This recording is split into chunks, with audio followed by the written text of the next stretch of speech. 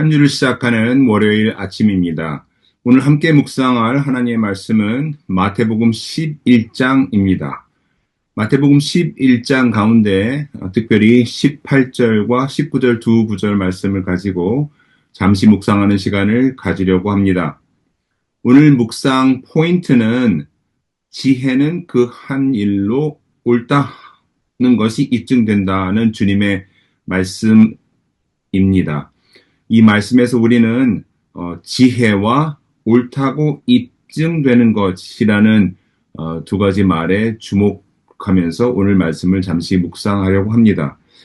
예수님 당시 이스라엘 사회의 종교 지도자들 가운데서는 여러분들 잘 아시는 것처럼 바리새인들과 서기관, 사두개인들 같은 사람들이 있었습니다. 그런데 이 사람들에 대해서 예수님께서 아주 신랄하게 꾸짖으시면서 이들의 문제가 무엇인지에 대해서 지적하시는 그런 장면이 성경에는 여러 번 등장합니다. 유대 사회의 종교 지도자들, 바리새인들과 서기관, 사두개인들의 문제가 무엇이었습니까? 예수님께서 이들의 문제에 대해서 지적하신 것은 이것이었죠. 위선이었습니다. 위선. 영어로 hypocrisy라는 단어인데 위선이라는 것은 두 개의 얼굴을 갖는다. 가면을 쓰고 사람을 대한다 하는 의미이죠. 겉으로 나타난 것과 속마음이 다른 상태를 말합니다.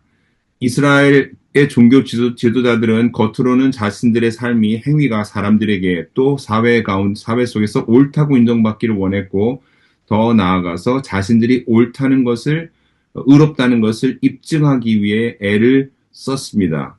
그런 노력의 결과로 그들은 하나님이 모세를 통해 주신 율법 외에도 여러 가지 안식일에 하지 말아야 될 법을 비롯해서 여러 가지 법들을 또 제정하기도 하였습니다. 그런데 예수님은 이 바리새인, 서기관, 사두개인들의 그 문제에 대해서 위선이다라고 지적하시면서 꾸짖는 그런 모습을 보여주고 계시는데 오늘 함께 읽은 이 본문 마태복음 11장 18절 19절을 통해서 우리는 이들이 얼마나 위선적인 사람들인가 하는 것을 적나라하게 볼 수가 있습니다. 어떤 의미에서 이들이 위선적인 것이죠? 이들은 예수님보다 먼저 와서 예수님에 대해서 증거하였던 세례 요한에 대해서 이들은 저는 귀신 들린 것 같다라고 비난하였습니다. 왜 이들이 세례 요한에 대해서 귀신 들렸다고 비판하는가 하면 세례 요한은 우리가 볼 때 아마 사막지대에 공동체를 형성하였던 SN파가 있는데 SN파에 아마 속해 있을 것이라고 추정합니다. 그런데 이 SN파는 어떤 공동체였냐면 극단적인 금욕 생활을 하는 그런 공동체였습니다. 세례 요한이 극단적인 금욕 생활을 하였다는 것은 성경을 통해서 저희가 많은 증거를 얻을 수 있는데요. 즉 세례 요한은 이 유대 사회의 종교 지도자들, 바리새인, 서기관, 사두개인들보다 훨씬 더 종교적으로 의롭게 보이는 그런 삶을 살았던 것입니다. 굉장한 금욕 생활을 하였기 때문에 이들은 어떻게 보면 세례 요한에 대해서 한편으로는 질투, 또 한편으로는 또 부러움도 있고 한편으로는 또 왜 그러지라는 또 이해 못하는 것도 있었습니다. 어찌되었든 간에 세례 요한이 등장했을 때 많은 사람들이 세례 요한에게 몰려들었습니다. 왜냐하면 세례 요한이 말을 듣고 사람들이 회개하고 그들의 삶을 돌이켜 하나님께로 나아오는 그런 일을 했기 때문에 그렇습니다. 세례 요한에게 사람들이 몰려가는 것을 보고 유대의 종교 지도자들은 한편으로는 질투를 하면서 한편으로는 저를 어떻게 저 세례 요한을 처리해야 될까 고민하고 있었는데 정말 그들이 볼 때는 너무 다행스럽게 세례 요한이 헤롯 왕의 미움을 사서 투옥되는 그런 사건이 있게 되고 결국에 가서는 이제 참수형을 당하게 되죠. 지금 오늘 읽은 마태복음 11장은 세례 요한이 감옥에 갇힌 그런 때에 지금 예수님께서 하신 말씀입니다.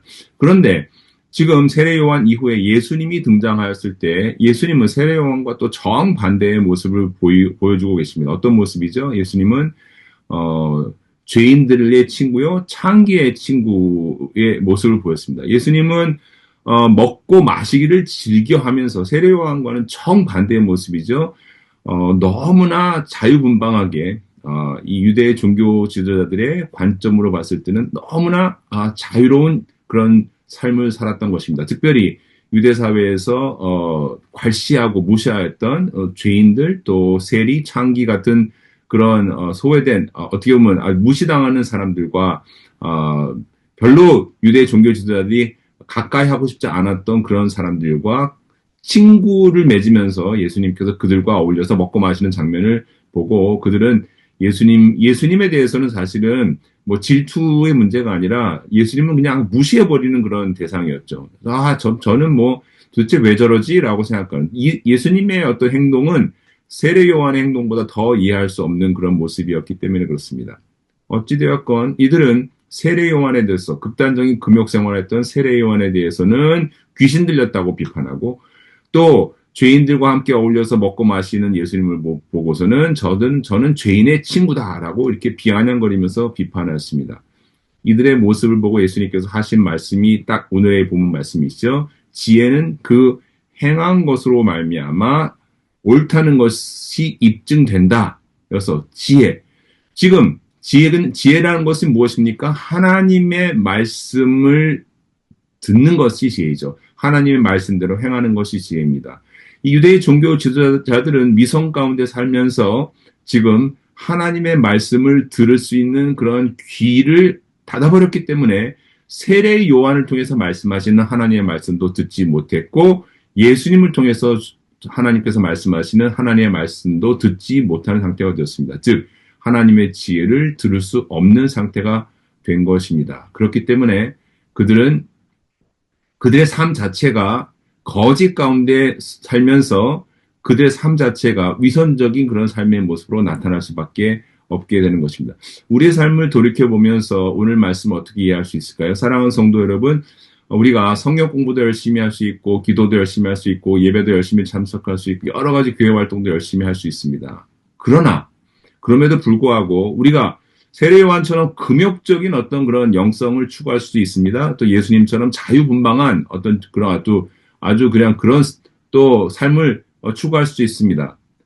금욕적인 삶을 살던 자유분방하게 살던 또 여러 가지 종교적인 활동을 하던 그것 자체가 우리를 의롭게 하는 것이 아닌 것을 꼭 기억해야만 합니다. 우리를 의롭게 하는 것은 하나님의 말씀대로 따라가는 것, 하나님의 말씀을 듣고 그 말씀에 순종하는 삶이 우리를 옳다 인정받게 하나님 앞에서 해주는 것입니다. 예수님께서 우리에게 지금 이렇게 말씀하고 계십니다. 모든 종교적인 위선을 벗어버리고 오직 하나님께서 우리에게 말씀하시는 말씀 앞에 진실되게 살라. 오늘 이렇게 주님께서 우리에게 말씀하신 것 같습니다. 우리를 하나님의 지혜를 따라 살 수 있도록 도와주시기 위해 하나님의 영이신 성령님께서 우리와 함께 지금 하고 계십니다. 오늘 하루도 이번 한 주도 성령의 인도하심을 따라 하나님의 지혜가 되시는 예수 그리스도께서 우리에게 보여주신 그 본을 따라 살아가는 저와 여러분 되시기를 주님의 이름으로 축원합니다. 함께 기도드리겠습니다. 하나님 아버지, 우리가 하나님의 자녀로서 예수님을 본받기 원합니다. 주님이 보내주신 성령님의 도우심을 간구합니다. 오늘 드리는 기도는 우리가 예수님처럼 언행이 일치되는 삶의 열매를 우리 삶의 진실함을 우리의 행함으로 나타내기를 주님 앞에 간구합니다. 저희들이 이런 삶을 살도록 힘주시고 이런 삶을 통해서 하나님 아버지께 영광을 돌리게 하옵소서. 예수님 이름으로 기도드립니다. 아멘. 할렐루야.